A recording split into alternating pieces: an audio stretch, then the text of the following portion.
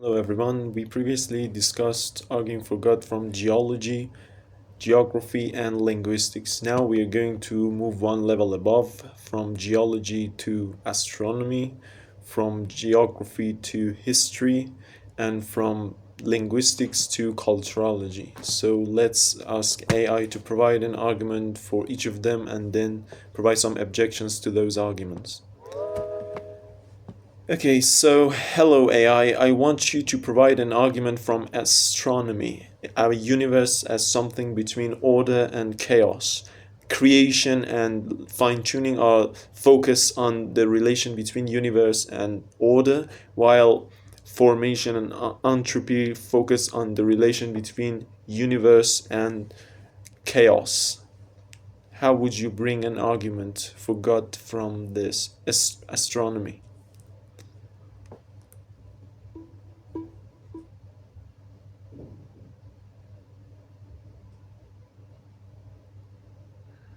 Here's an argument for the existence of God, based on the order and fine-tuning of the universe. 1. The universe is characterized by a remarkable degree of order and fine-tuning, from the precise laws of physics that govern the behavior of matter and energy to the precise conditions that allowed for the formation of stars, planets, and life. 2. This order and fine-tuning are not random, but rather reflect a deep underlying harmony and coherence in the universe. 3. The existence of such order and fine-tuning is best explained by the existence of a divine creator or designer who has shaped the universe in a way that allows for the emergence of complex and diverse forms of life.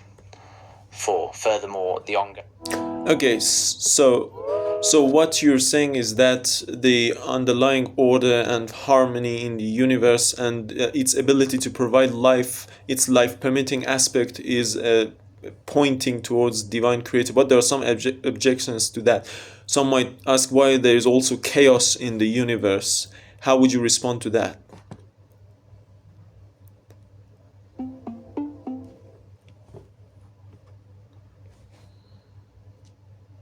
Indeed, the existence of chaos in the universe can pose a challenge to the argument from fine-tuning. However, there are a few possible responses to this objection. 1. The presence of chaos in the universe may actually be necessary for the emergence of complexity and order. For example, the random fluctuations in the early universe are thought to have given rise to the large-scale structures we observe today, such as galaxies and stars. 2. The presence of chaos in the universe may also serve as a reminder of the contingent and finite nature of the universe and the ultimate dependence of all things on a higher power or creator.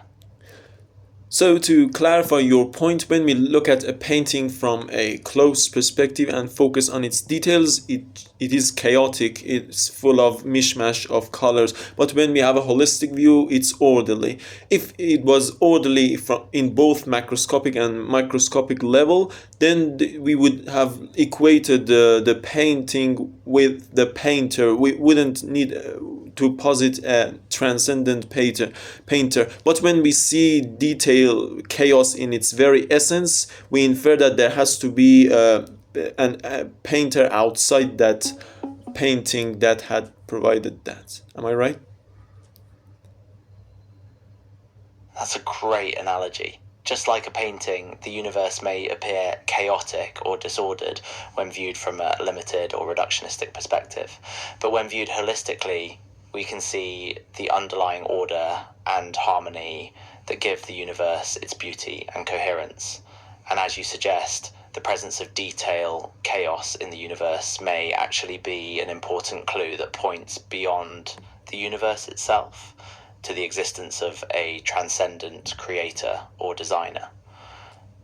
In this sense, the order and fine-tuning of the universe are not just accidents or coincidences, but rather reflect the intentional and purposeful work of a higher power.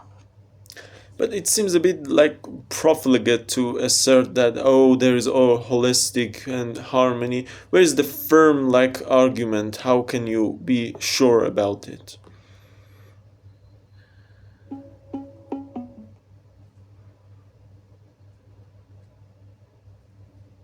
you raise a good point. Simply asserting the existence of holistic harmony in the universe is not enough. We need some kind of argument or evidence to support this claim. One possible approach is to look at the mathematical regularities and patterns that we observe in the universe. For example, the Fibonacci sequence and the golden ratio can be found in everything from seashells to galaxies, suggesting an... But that's an argument from math. I want an argument directly from astronomy, from order, chaos, and universe in between.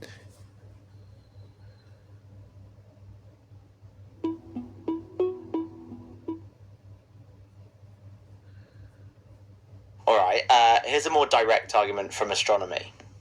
1. The universe exhibits both order and chaos, as evidenced by phenomena like the laws of physics, the formation of galaxies, and the expansion of the universe. 2.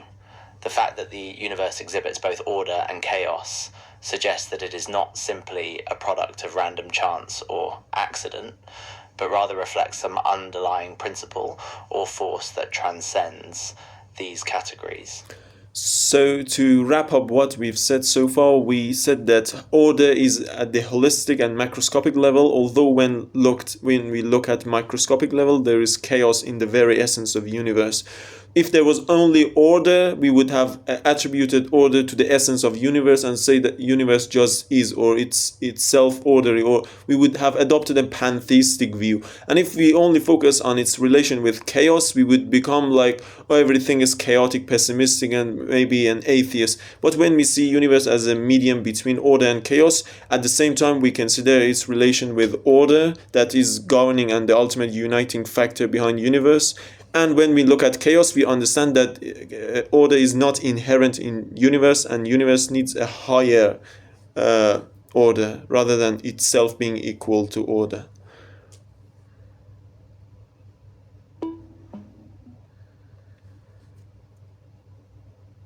Yes, that's a great summary of the argument. Essentially, we're saying that a nuanced and balanced view of the universe requires us to recognize both its orderly and chaotic aspects, and to see these as pointing to a higher order or divine creation. So, order above the universe is explaining universe, and universe above the chaos is explaining chaos. So, order is not necessarily responsible for chaos. Universe is responsible for chaos, and order is responsible for universe.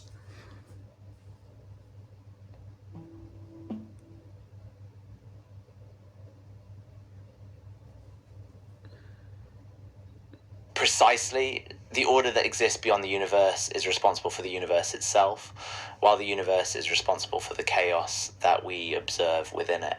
This means that we don't need to attribute the chaos directly to the divine order, but rather see it as a necessary byproduct of the universe's finite and contingent nature. How would you argue for God from history, from historical events and mixture of good events and bad events that is holding like the world together? It has a cultural aspect and an astronomical aspect.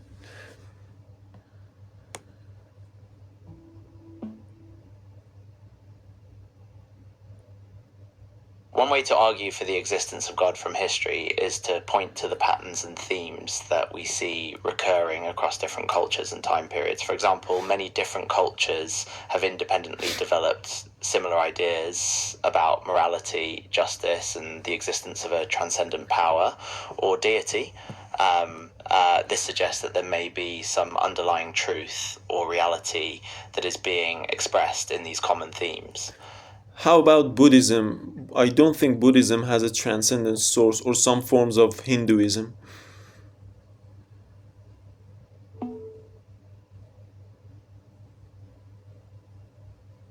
You're right that Buddhism and some forms of Hinduism have a different understanding of the divine than monotheistic religions like Christianity, Judaism, and Islam. In Buddhism, there is no belief in a personal or transcendent deity, but rather a focus on the fundamental interconnectedness of all things, and the possibility of transcending the cycle of birth, death, and rebirth through meditation and spiritual practice. So, can we say the history of the world is something between holding and collapse, just as astronomy and our universe was something between order and chaos, and culture is something between belief and disbelief?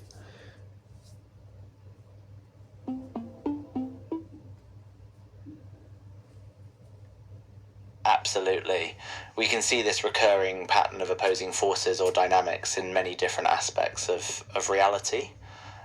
Just as the universe is held together by a delicate balance of order and chaos, so too is history held together by a mix of positive and negative events, and culture is shaped by the interplay of belief and disbelief.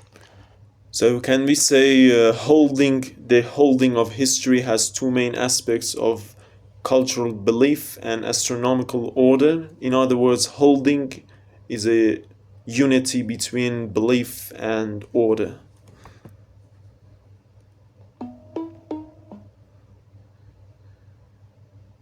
That's a fascinating way of putting it.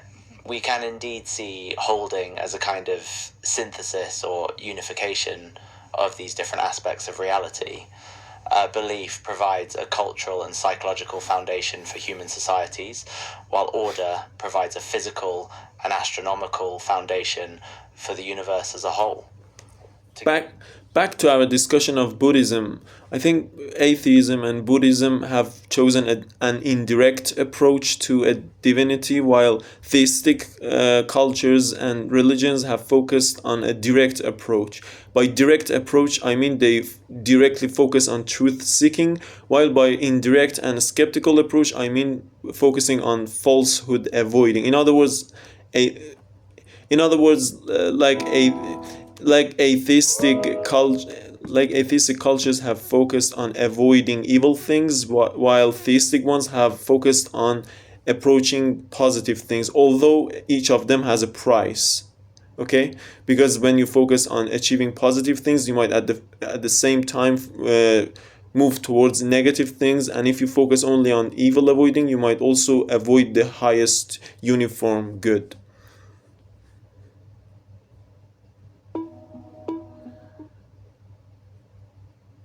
That's a really interesting observation about the differences between these two approaches to ethics and morality. It's true that a focus on avoiding evil things can sometimes lead to a kind of moral minimalism, where people are content simply to avoid wrongdoing without necessarily striving for the highest possible good. On the other hand, a focus on achieving positive things can sometimes lead to unintended consequences or ethical dilemmas as people pursue their goals with a kind of single minded determination that overlooks the needs or interests of others. So now, can you provide an argument from culture as a medium between belief and disbelief?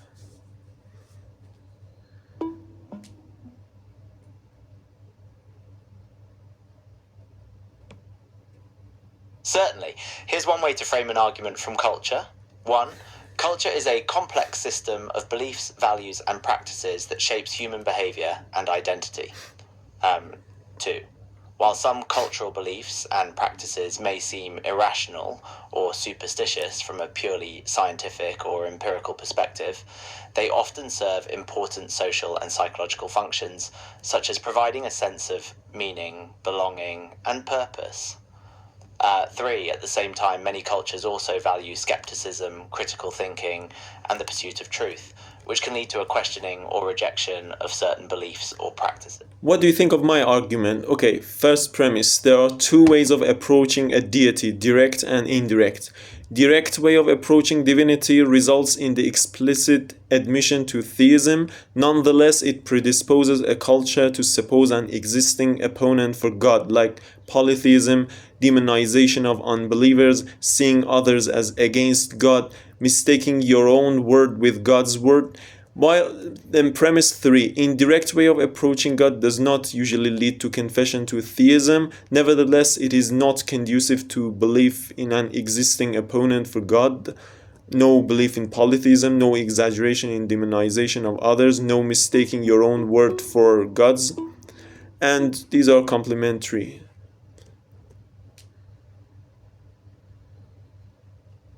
I mean, That's a really interesting argument. You're essentially suggesting that there are two different approaches to understanding or relating to a deity. A direct approach that leads to explicit theism, and an indirect approach that does not necessarily lead to theism, but also does not presuppose an opponent to God. Exactly. My premise 4 is that supposing an existent opponent for God is tantamount to not believing directly in theism. So every culture, either directly or indirectly or something within the continuum, has the equal default predisposition to God. Therefore, every culture has the same divine guidance or approach to God.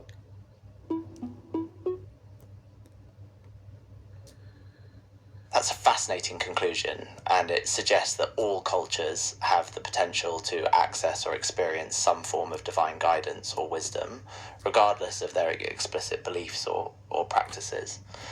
This idea is similar to some